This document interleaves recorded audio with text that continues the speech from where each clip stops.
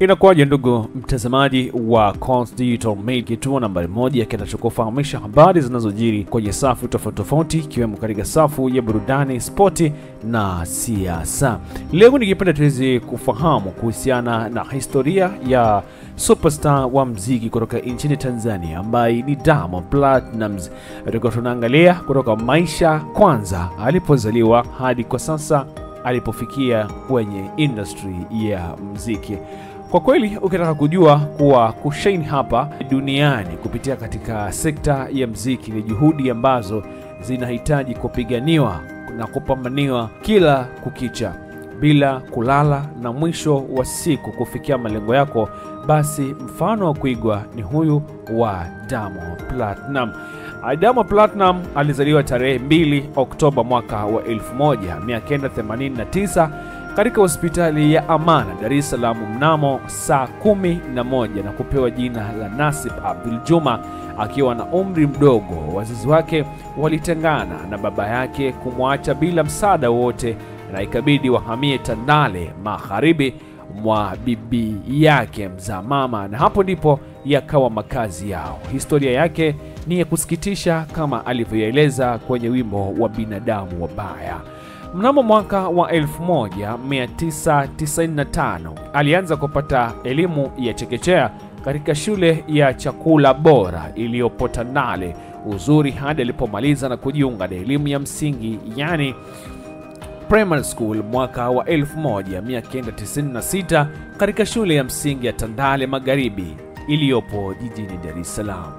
Ilipofika mwaka wa 2000 akiwa darasa la 5, Diamond alionekana kuanza kupenda sana muziki, hivyo alianza kukremu nyimbo za wasanii waliokuwa wakihit ndani na nje ya nchi kwa kipindi hicho na kuwa anaimba katika sehemu tofauti. Mara nyingi mama yake alikuwa akimnunulia kanda za albamu za wasanii tofauti waliokuwa wakihit kipindi hicho, na hata kumwandikia baadhi ya nyimbo za wasanii hao ili mwanawe aweze kuzishika na kuimba kirahisi. Wakati mwingine hata kumpeleka katika matamasha tofauti ya talent show ili mwanawe aweze kupata nafasi ya kuimba, kitu ambacho baadhi ya ndugu wa familia waliona ni kama kupotosha na kumharibu mtoto huyo badala ya kumhimiza kimasomo.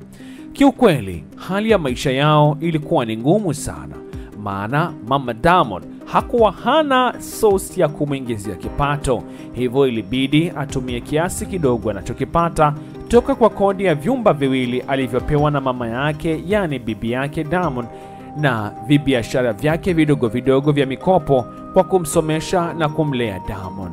Hakika hali yao ya kimaisha ilikuwa ni ngumu sana, hivyo iliwalazimu wote kuhamia katika chumba cha bibi huyo ili kupangisha vyumba vile viwili alivyopewa mama Diamond. Baada ya kuhitimu shule ya msingi mwaka wa 2002 na kutaka kuanza masomo ya sekondari mwaka wa 2003, mama yake alimwambia achane na muziki kabisa na azingatie na masomo ili aweze kupata elimu itakayomsaidia hata kwa muziki wake kwa maana asingeweza kushika vitu viwili kwa pamoja muda huo. Akiwa katika shule ya upili, Diamond aliendelea kufanya muziki kisiri bila mama yake kujua, na kufikia mwaka wa 2004 taratibu akaanza kujifunza kuandika nyimbo zake mwenyewe. Baada ya kuhitimu elimu yake ya shule ya upili mwaka wa 2006 hadi mwaka wa 2007 alijikita rasmi katika suhuri ya muziki ili kujaribu kutimiza ndoto zake. Kiukweli haikuwa ni safari rahisi kama alivyotegemea, hadi kupeleka time kuanza kutafuta vibarua tofauti ili mradi aweze kupata riziki na kuepuka hali ya kushinda nyumbani, ikiwemo kuanza mitumba, petrol station, kupiga picha, kubikisha simu, kazi za viwandani, hata wakati mwingine kuingia kwenye makundi ya kucheza kamari za mitaani ili aweze kupata pesa ya kuingia studio kurekodi, lakini bila kufanikiwa. Kiukweli ulikuwa wakati mgumu sana, hadi kamlazimu kuuza pete ya dhahabu ambayo alipewa na mama yake mzazi aivae ili kudanganya kuwa amepoteza, na ndipo hapo alipofanikiwa kuingia studio kurekodi nyimbo ya kwanza iitwayo Toka Mwanzo. Kutokana na kutokuwa na mazoea ya kurekodi, haikuweza kutengeneza nyimbo ambayo hit, lakini wimbo ule ulianza kumpa connection tofauti, maana wengi walishangazwa jinsi alivyoingia kwa mara ya kwanza studio na kuweza kutengeneza wimbo kama mtu ambaye ni mzoefu. Hivyo alifanya kuaminika kwa akipata nafasi ya kurekodi mara kadhaa angeweza kufanya kitu kikubwa. Wimbo ule ulimfanya aweze kukutana na Chizo Mapene ambaye alijitolea kumsimamia, na kwa kweli wakaanza kurekodi album. Lakini wakati mbaya, wakiwa katikati ya kurekodi album hiyo, anayemsaidia alipata matatizo ya kifedha na hakuwa tena kumsaidia. Hivyo ilibidi Diamond aanze tena upya kuzunguka katika studio tofauti kuomba kusaidiwa kwenye record label, lakini kote hakuweza kufanikiwa. Wote walimwambia bado kuimba hajui na kutoa taka kumsikiliza kabisa. Kiukweli haikuweza kuwa rahisi, manake ilikuwa kipindi kigumu sana, maana hata yule mpenzi wake ambaye alikuwa naye alimwacha kwa kuwa alichoshwa na ndoto hewa ambayo alikuwa akizitoa kila siku Diamond kuwa ipo siku atafanikiwa kimziki na kuwa mwanamuziki mkubwa na wao kuishi maisha mazuri, kitu ambacho kilimchanganya na kumuumiza sana Diamond, hususan kwa kauli aliyomwimbia yasikiza Diamond, mimi kwa sasa siwezi kuwa na mwanaume ambaye hana maslahi kwangu. Kutwa ilikuwa ikimpitia kwenye kichwa na kujiona kama mwenye mikosi. Mwaka wa 2009 Diamond alikutana na bwana msafiri Peter maarufu kama Papa Mesifa, ambaye alikubali kumsaidia kimziki na kurekodi wimbo wa kwanza ulioenda kwa jina la Nenda Kamwambie, wimbo ambao Diamond aliimba kwa uchungu huku akimwimbia mpenzi wake huyo aliyemwacha, Sara Sadiki, kuelezea kiasi gani aliumia kwa yeye kumwacha kwake. Na hapo ndipo taratibu ya nyota yake ikaanza kung'aa na wimbo huo kukua siku hadi siku. Maisha yake yakabadilika na Diamond kuweza kununua gari aina ya Toyota Celica. Tarehe 14 mwezi wa pili mwaka 2010 Diamond aliachia albamu yake ya kwanza iliyokuwa na nyimbo 10 ambazo ni Kamwambie, Mbagala, Nitarejea, Nalia na Mengi, Binadamu, Nakupa, Usisahau, Uko Tayari, Wa Kunesa, Toka Mwanzo na Jisachi.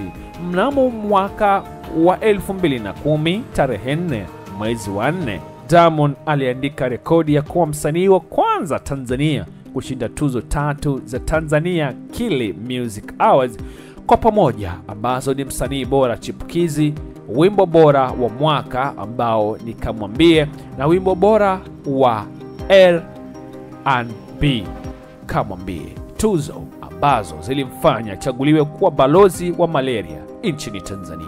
Baada ya kuachia wimbo wake wa pili unaoitwa Mbagala, Diamond alichaguliwa na Rais wa Jamhuri ya Muungano wa Tanzania Daktari Jakaya Mrisho Kikwete kuwa entertainer katika tour nzima ya kampeni zake. Tarehe 2 mwezi wa 10 mwaka 2010 alipata tour ya kwanza kwenda England, mjini London, Milton Keynes na Coventry.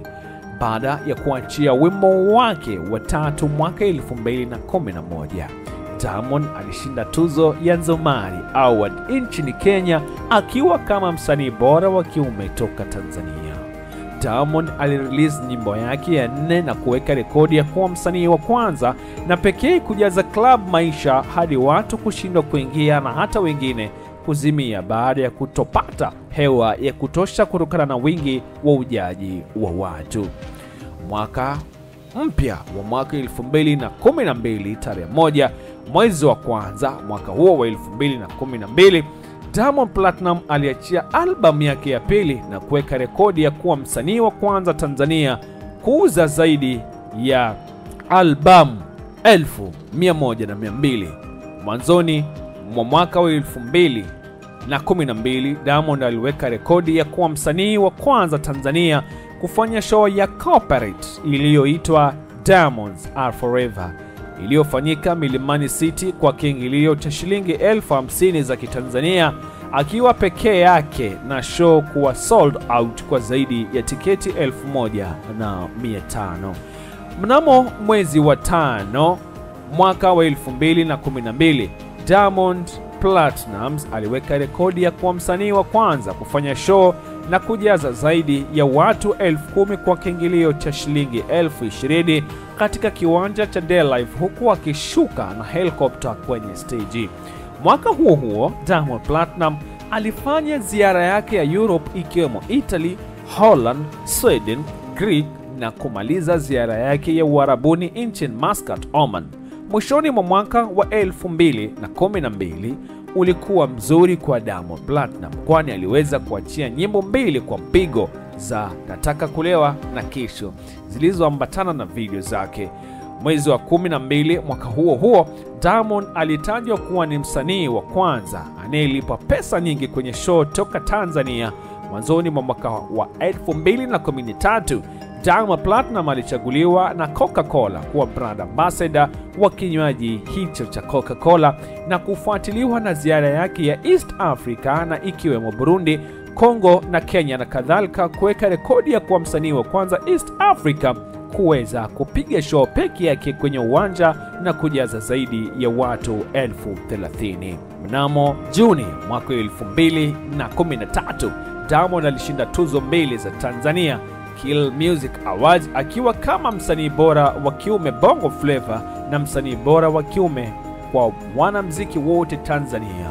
Mwezi wa 7 mwaka 2013, Diamond alirelease next single yake iliyokwenda kwa jina la Number One, ambayo alifanya video Cape Town, South Africa chini ya kampuni ya Ogopa Videos na kuweka rekodi ya kuwa msanii wa kwanza kulaunch video bila kiingilio katika hoteli ya Serena na kuwaalika CEOs, mameneja na viongozi toka sehemu tofauti. Katika launching hiyo akazawadiwa gari moja ya malegend wakubwa katika muziki wa Tanzania, marehemu Midini Gorumo. Mwezi wa 10 mwaka 2013, Diamond alifanya kolabo na msanii toka Nigeria Davido, ngoma ya Number One kama remix, na kisha kwenda nchini Nigeria kwa ajili ya kusomea market ya West Africa na kushoot video ya wimbo huo ulioshutiwa na kampuni ya Capital Dreams iliyo chini ya director Clayson Peter. Kuzungumza kwa kweli, Diamond Platnumz, kama nilivyokujuza, kuna baadhi ya maendeleo ambayo ashawahi kuyafanya. Mnamo Disemba mwaka 2019, Nasib Abdul Juma ambaye ni Diamond Platnumz alizindua rasmi msikiti mjini Kigoma iliyogharamia na kuikabidhi kwa viongozi Waislamu wa mji huo. Sheikh Ponda Isa Ponda alisema hakubali msikiti huo kwa sababu anaamini pesa ya ujenzi huo ni haramu, akikosoa viongozi wenzake wa Kigoma waliokubali zawadi hiyo. Kwa kweli, tukiingia katika historia ya Diamond Platnumz, kuna baadhi ya mengi ambayo ashawahi kuyafanya.